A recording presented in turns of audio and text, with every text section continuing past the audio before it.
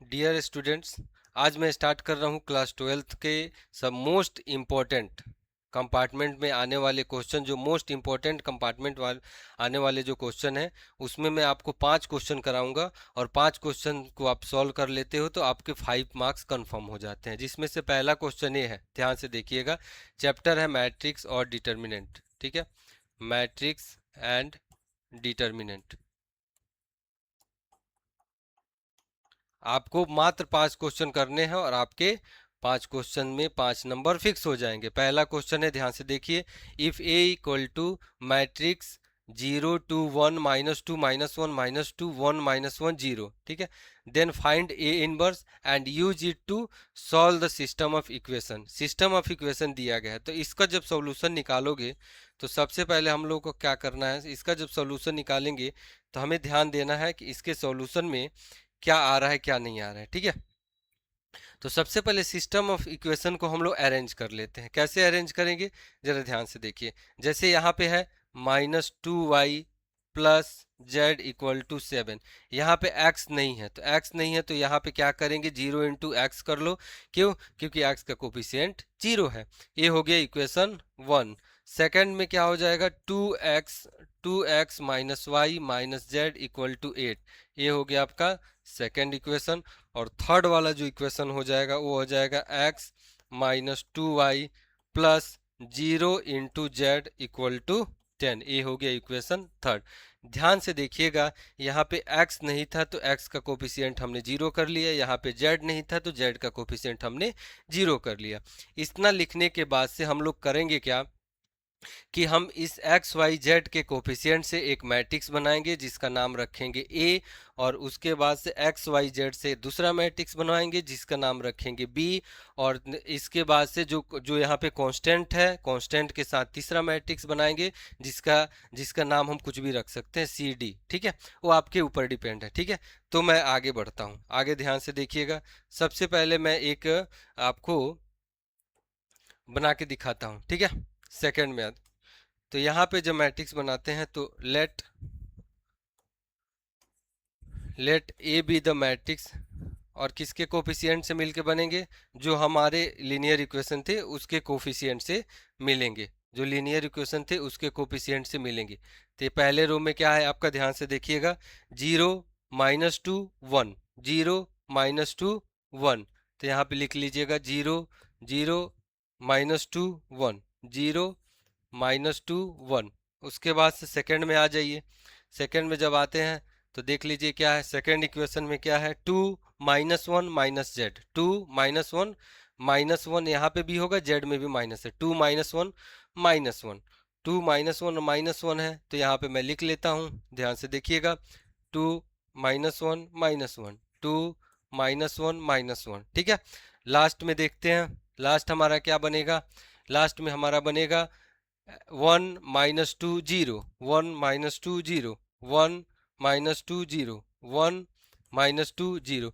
एक हमारा matrix A बन गया। इस मैट्रिक्स हमने कहाँ से बनाया, इस मैट्रिक्स को हमने सिस्टम ऑफ लीनियर इक्वेशन से बनाया है, उसके कोफिशिएंट से हमने बना दिया। ठीक है, इसके बाद से एक मैट्रिक्स एक्स हो गया, इसको हम लोग लिखेंगे एक्स वाई जेड हो गया।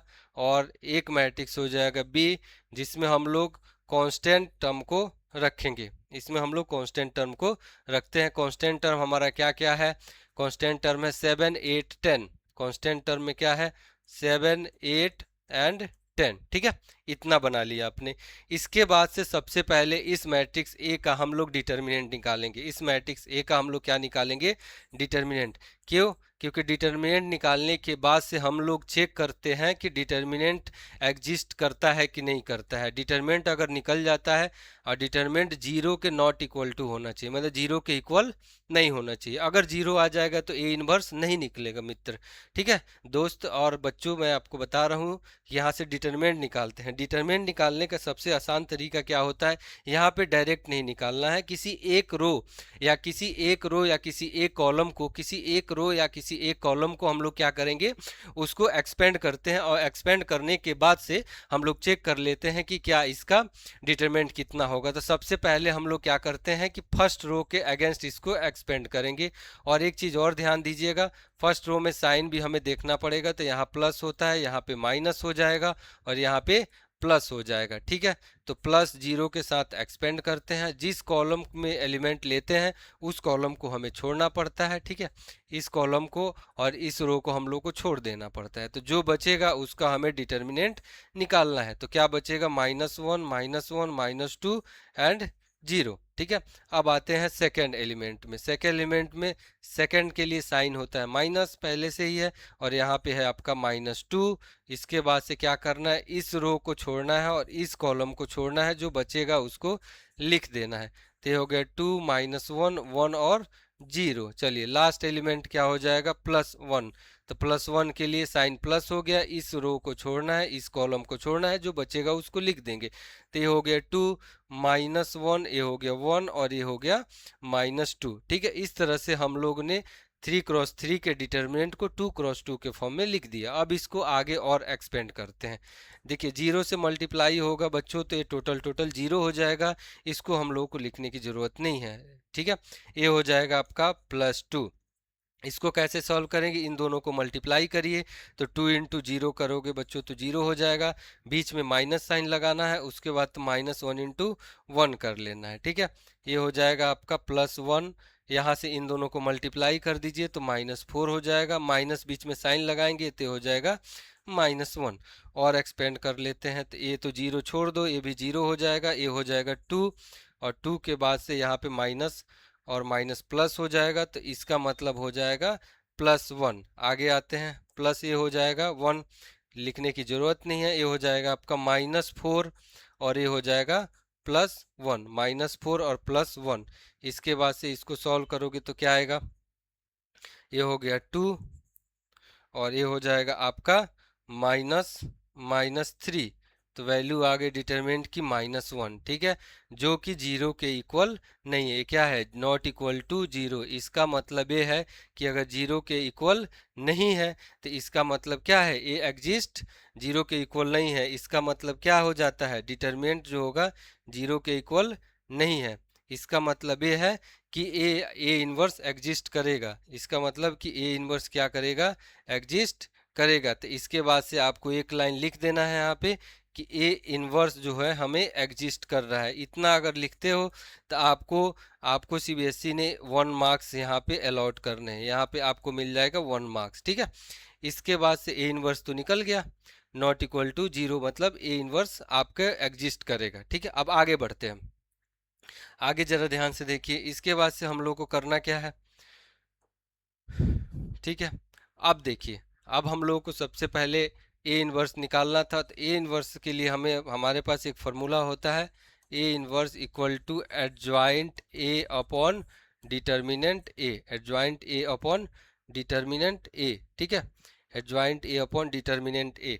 तो सबसे पहले डिटर्मिनेंट ए तो निकल गया, एडजॉइंट निकालते हैं। तो एडजॉइंट निकालने के लिए हम लोग को करना क्या होता है कि मैट्रिक्स के जितने भी आपके एलिमेंट हैं उन सबका को फैक्टर निकाल के ट्रांसपोज करोगे। तो मैं अगर लिखाऊं, एक लाइन में लिखूं, तो को फैक्टर करके, को फैक्टर जो करोगे, को फैक्टर का क्या करना है, ट्रांसपोज करना है। ठीक है, को फैक्टर का ट्रांसपोज करना है। तो को फैक्टर कैसे निकालोगे, तो एक एक एलिमेंट का को फैक्टर हम लोग निकालेंगे। जो भी हमने मैट्रिक्स लिया था उस एलिमेंट का को फैक्टर निकालते हैं। ठीक है, तो को फैक्टर निकालने के लिए हम सबसे पहले क्या करेंगे, उस मैट्रिक्स पे जाते हैं। ठीक है, मैट्रिक्स को यहाँ मैं देखता हूँ।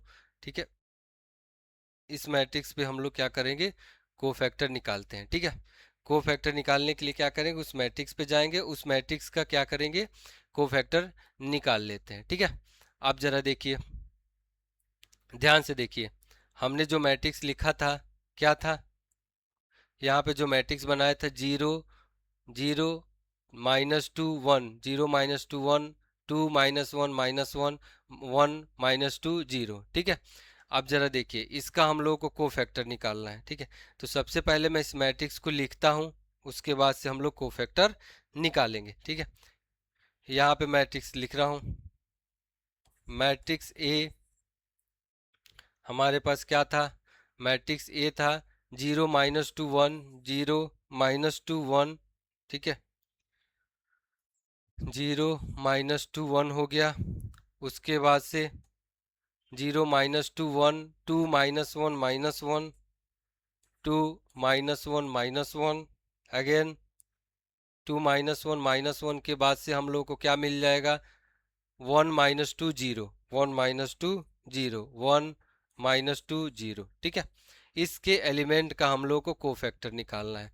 ठीक है, तो सबसे पहले इस एलिमेंट के जगह का नाम क्या हो जाएगा, C11। C11 को फैक्टर निकालोगे तो हम लोग क्या करना है, इस एलिमेंट को छोड़ना है, इस रो को छोड़ना है। ध्यान से देखिए, इस रो को और इस कॉलम को छोड़ देना है। ठीक है, जो बचेगा उसको डिटरमिनेंट निकाल लेते हैं। ठीक है, साइन के साथ, को फैक्टर में हमेशा साइन के साथ लगते हो। तो साइन चाहो तो आप डायरेक्ट ऐसे याद कर लो, plus minus plus minus plus minus plus minus plus, या तो ये निकाल लो, या को साइन के लिए आपको -1 के पावर में आई प्लस जे करना पड़ता है। आई जो होता है number of row, number of rows हो जाएगा, एंड जे क्या हो जाएगा, नंबर ऑफ कॉलम हो जाएगा। ठीक है, नंबर ऑफ रो, और ये हो जाएगा number of column, number of column. ठीक है, या तो इस फॉर्मूले से निकाल लीजिए या तो डायरेक्ट याद कर लिए। तो मैं तो बच्चों आप लोगों को सलाह दूंगा कि आप डायरेक्ट याद कर लेना। ठीक है, मैं आपको यही सलाह दूंगा कि डायरेक्ट आप याद कर लेना। ठीक है, अब देखिए, एलिमेंट जब भी कोफैक्टर निकालते हैं तो एलिमेंट्स का कोफैक्टर निकालते हैं। ठीक है, तो इस प्लेस का नाम हो गया आपका C11।